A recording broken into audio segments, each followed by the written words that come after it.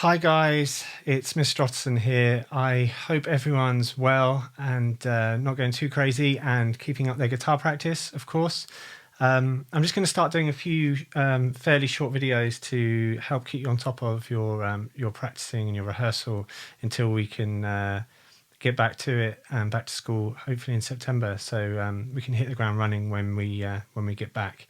I'm going to do a couple of videos of just technique and some scales and things like that, and then I'm going to do a couple of videos that are a little bit more focused on the grade pieces that you're doing and will be doing going into the new school year.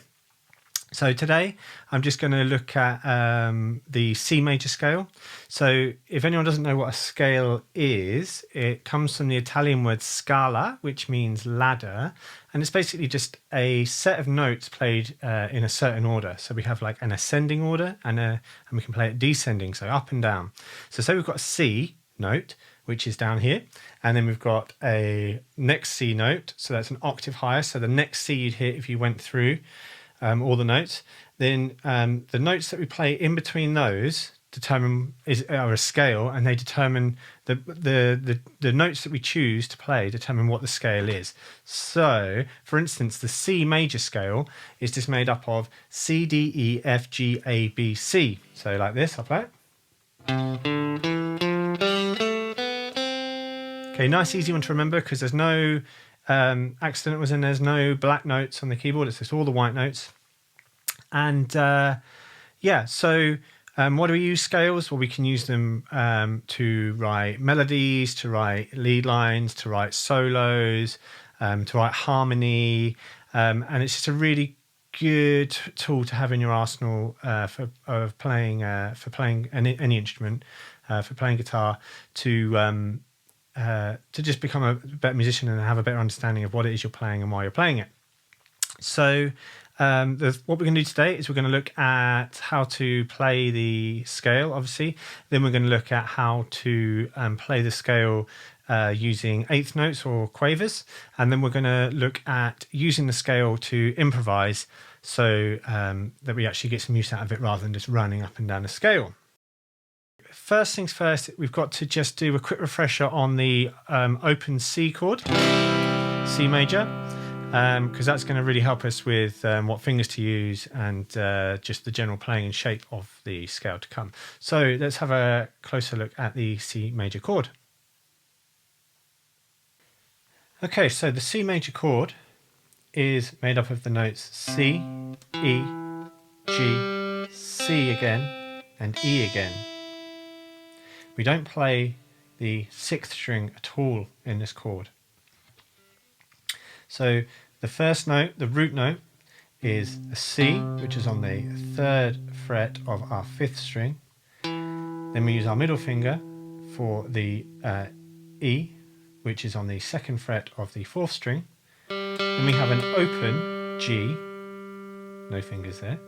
Then we have the first fret of the second string for our C using our first finger, and then we have the open string of the E note on the high E open string, first string. Okay, so now that we've had a refresher on the Open C chord, C major chord, we can now start to look at how we play the scale. So here it is.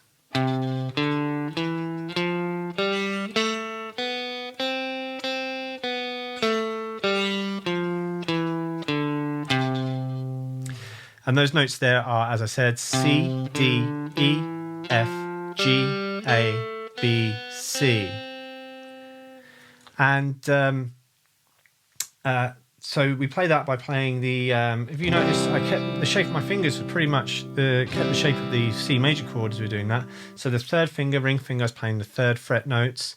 The middle finger is playing the second fret notes, and the first finger, index finger, is playing the first fret notes there. So to actually play the scale, we play the third fret on the fifth string, that's our root note, C. And then on the string underneath that, the fourth string, we play 0, 2, 3, which is D, E, F. And then on the string underneath that, the G, the third string, we play 0, 2. And then on the string underneath that, the B string, the second string, we play 0, 1. So we have 3, 0, 2, 3, 0, 2, 0, 1. And then we play it in reverse. Okay, let's have a closer look at that with the tab on the screen, and we'll play along with the backing track, ascending, descending, ascending, descending, up, down, and that comes in after 4 clicks.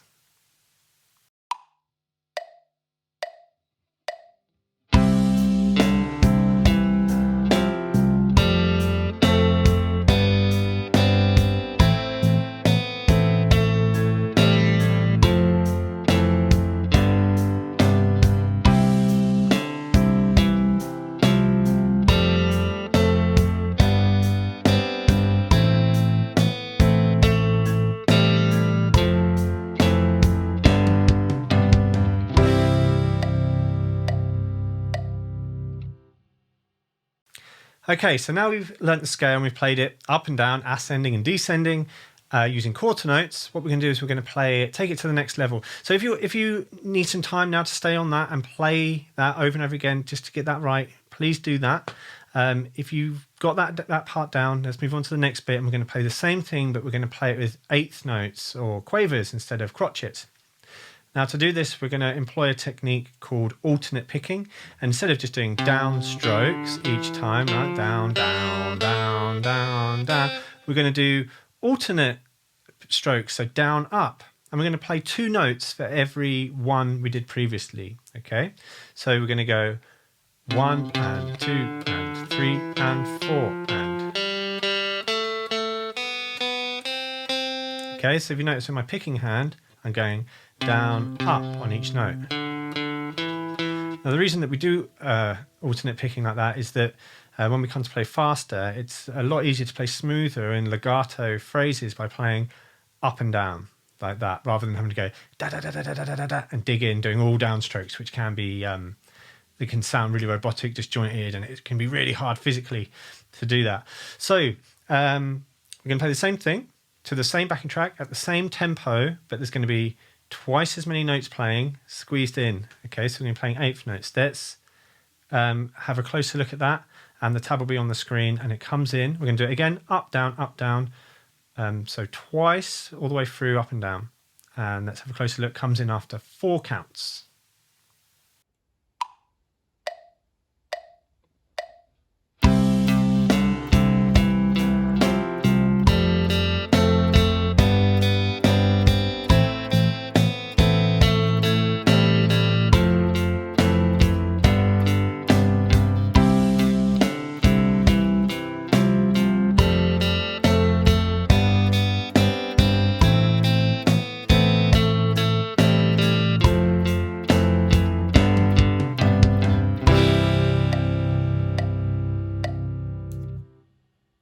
Okay, so for the final part of the video, we're going to try and utilize the scale by doing some improvising. So obviously, when we've learnt that scale, but we don't want to just, in a song, we don't just want to run up and down the scale all the time. Some songs do have riffs and lead parts that are major scales, climbing up, and descending scales. But just generally, when we're writing a melody, we want to kind of have a bit of variation in it. So we're going to kind of jump over notes, and we're going to play some notes that are longer, some that are shorter. We're going to leave a bit of space. We'll talk more about melodic phrasing and soloing and improvising and writing melodies and things like that later on. But for now, I'm just going to put 2 minutes of the backing track at the end of the video. And what I want you to do is just go for it, trying to make up some lead lines, a riff, a lick, whatever you want to call it, or do a solo to that backing track. Now, when I teach people improvisation, or when we work on improvisation together, it can be difficult for people some people just freeze and they don't want to make a mistake, so they don't play anything. Don't worry about making mistakes. Everyone makes mistakes when they're learning an instrument. Everyone makes mistakes when they're learning an instrument. So mistakes are part of the learning process. If you play a wrong note, you'll then realise that note's wrong, and you'll avoid it next time, hopefully, or the next time after that, or whenever. You'll start to learn which notes work and which notes don't work. So please don't worry about making mistakes. You've just got to kind of go for it with this. Try and have fun.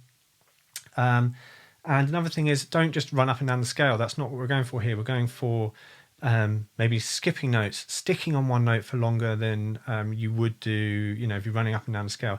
Don't worry about jumping from note to note really quickly.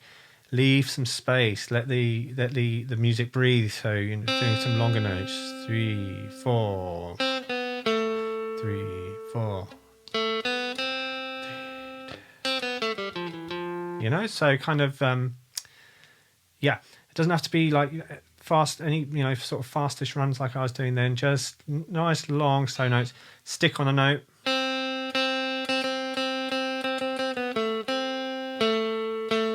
So thinking about rhythm, thinking about so that's kind of like how long we play the notes for and the space between notes, and try not to just run up and down the scale.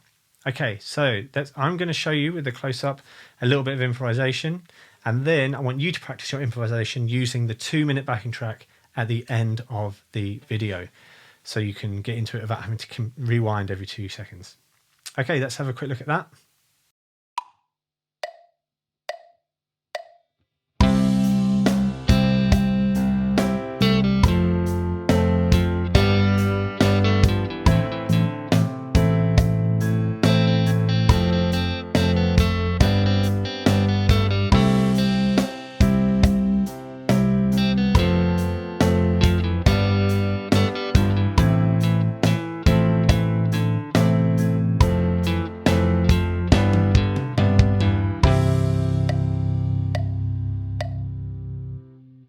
Okay, so we've come to the end of the video now. I hope you got something out of it. If you then, after I've spoken now and say goodbye, there's going to be 2 minutes of that backing track, as I said. So please use that to practice over. I'll make sure the chords, you know what the chords are for the backing track, if you want to play some chords along with it. And so try and do that. And then the next video I make, we will try and incorporate that major scale into a song, and we'll see a real life song that uses that scale, and see how it works with a commercial track. Okay, take care everyone. Thanks a lot. See you later. Bye now.